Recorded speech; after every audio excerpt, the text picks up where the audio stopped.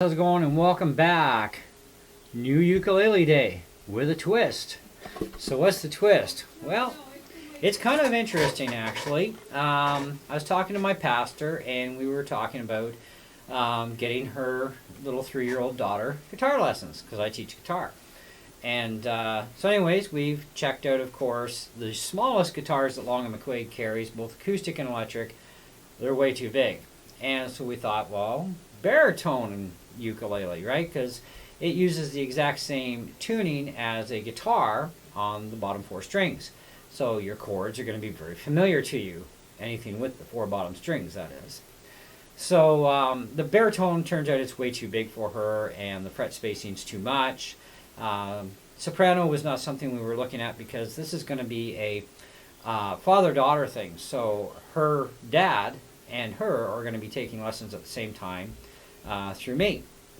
And of course, I've never played ukulele before, and I told her, I was like, I don't know how to play uke, but I can learn quick enough, I'm sure, because I'm a guitar player.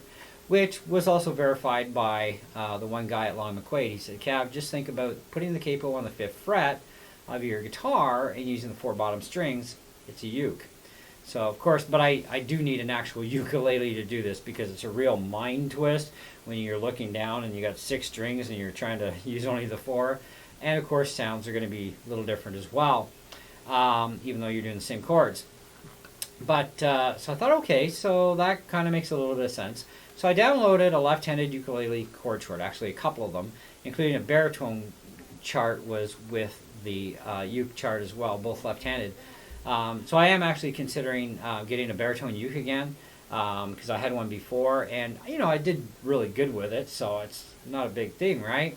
But now I'm going into a uke, and this is a little different, but also pretty easy at the same time for me because I'm already a guitar player for virtually my entire life. So for me to go from 6 strings to 4 is not a huge issue. It's kind of like playing guitar and then going to bass guitar. It's really not that big of a deal. There's a few things you got to learn differently, obviously, but otherwise pretty straightforward. So, anyways, it's going to be kind of like a learn and teach system. I have the advantage where I get a couple of extra weeks to learn because it turns out that the concert size uke that they bought, her husband can't do the E chord on the concert size, where the daughter is fine with either a tenor or the concert.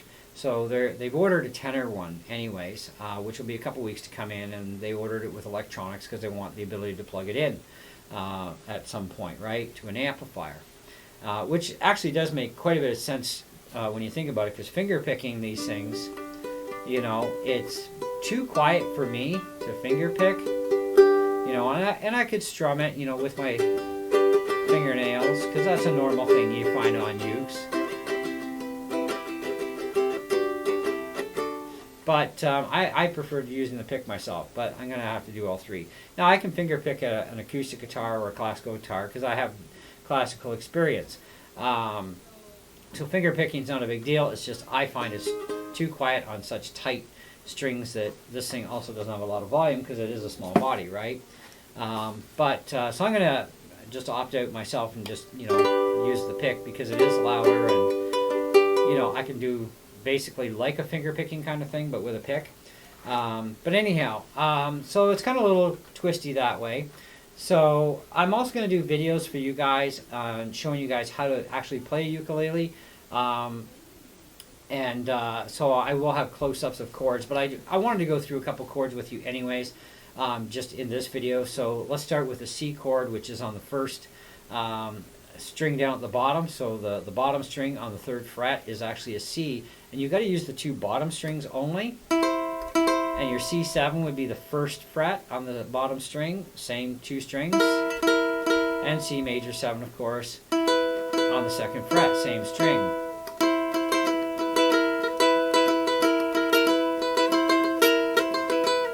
Now the fingering is something I didn't go for a finger chart, but I did find out that 1, 2, 3, and 4 for guitar are the same 1, 2, 3, and 4 for ukulele. So that's actually going to make my life simpler too. So the order of things going first finger, first fret on the bottom string is actually your C7. Now, on a guitar without a capo, that would actually be a cheated G7, right? And the C is actually, a guitar without a capo is actually a cheated G. So you will have a lot of familiarities with a guitar when you transition from a ukulele into a guitar later on, which is kind of the plan with the daughter, is to, you know, get her onto the ukulele.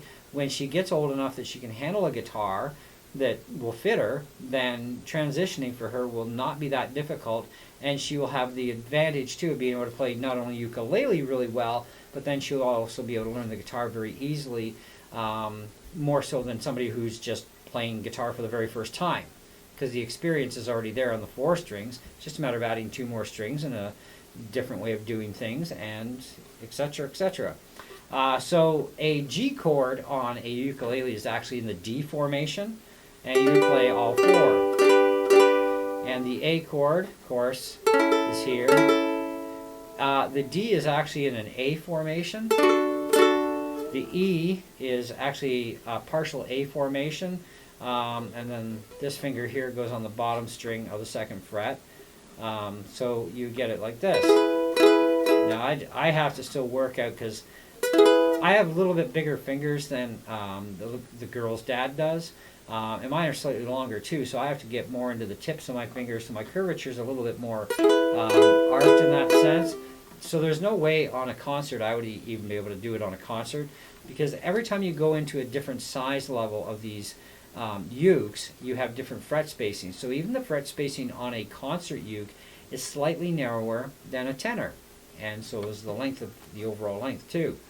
So anyway, it will be very interesting experience and challenge and a lot of fun. And I'm going to bring a lot of that fun to you guys by, like I said, teaching you guys how to play ukulele as I learn more and more. I do have to download specific ukulele songs for their chording that they use for the uke in comparison to a guitar, because I can't just take a simple guitar song, well, not all of them, depending on what key they're in. If they're in standard keys, it's not so much of a mind screw up. But otherwise, yeah, I'm going to have to download the actual ukulele version songs with the chords being used on the uke, because some things definitely are going to be different, right? So, but it is kind of a neat instrument. I do like it. I think it's a lot of fun. Now, I did restring mine for left-handed. If you are a left-handed player, by the way, there's not very many left-handed ukes on the market. In fact, it's very slim. I mean, we thought we had a poor selection back in the 70s and 80s on left-handed guitars. We had more of them than we got on ukes nowadays. So you can buy any right-handed uke, especially with the full dreadnought body, and just flip the strings.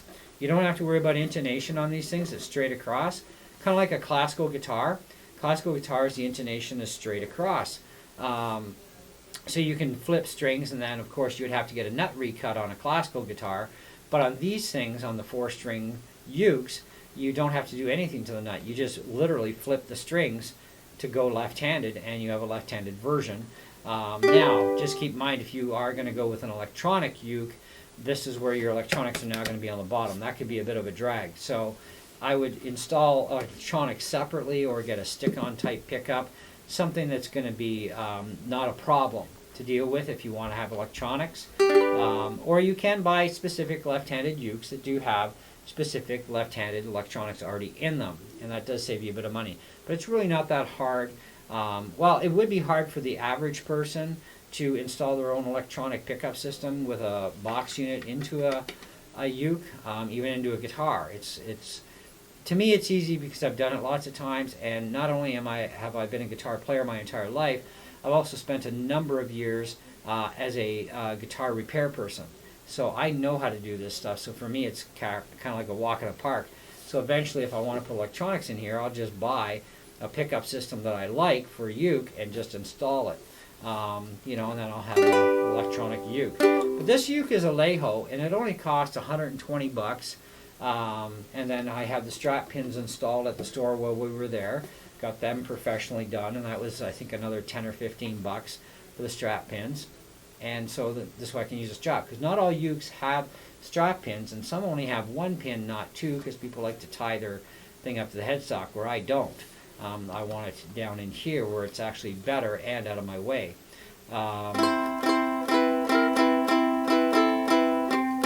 So anyways, so getting on to the guitar thing, I wanted to show you guys quickly how a guitar can be used as a ukulele. But before I do that, I want to go over a couple of chords. So let's do a G, C, D. G, C, D. Okay, so that's on the uke. So if we move over to a guitar, to use a guitar as a ukulele, like I said, we have to go to the 5th fret. And so we're going to grab our capo. We're going to put it on the 5th. And, oh, such a big guitar. So now our 5th fret is now our new nut. So now we have the same tuning of G, C, E, A. Same as a uke. So we are only going to use the 4 bottom strings.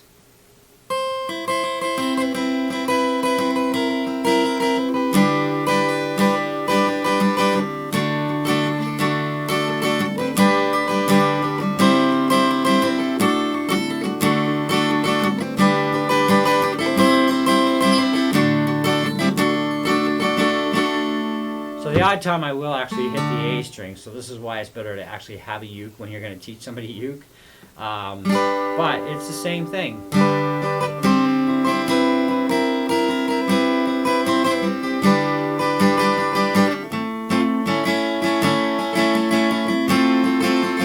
So this is an A and an F. The G is in an A formation. The A, of course, is like that.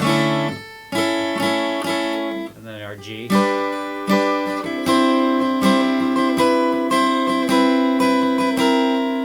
So it's really not that difficult. So then when you take the capo off, of course, you'll be doing the chords differently. So this will actually be a G, or sorry, a D. And then this will be an A. This will be a G. And this will be a C. So G, C, D, G, C, G, C, D, G, C, D. And that's without the capo. So with the capo, to do those same exact chords, we actually have to do them this way, even on the guitar.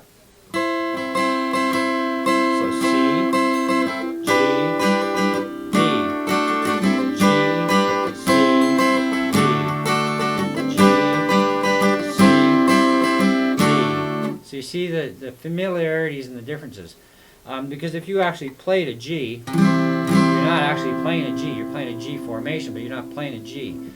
And the D, no matter what, is definitely a G. So the D formation is a G. And if you took the capo off, okay, you're barred here, so G, it's still a G here. You just can't do any of the other chords because you got no capo. You would have to bar the chord and then do the positionings to get G, C, and D properly, right? So really not that hard when you think about it. A little interesting, but if you're already a guitar player, you can easily transpose yourself into a uke. You know, if you're a first-time ukulele player, you can transpose yourself into a guitar later without too much difficulties. You will have more to learn, obviously, because 2 extra strings and stuff, but it will work.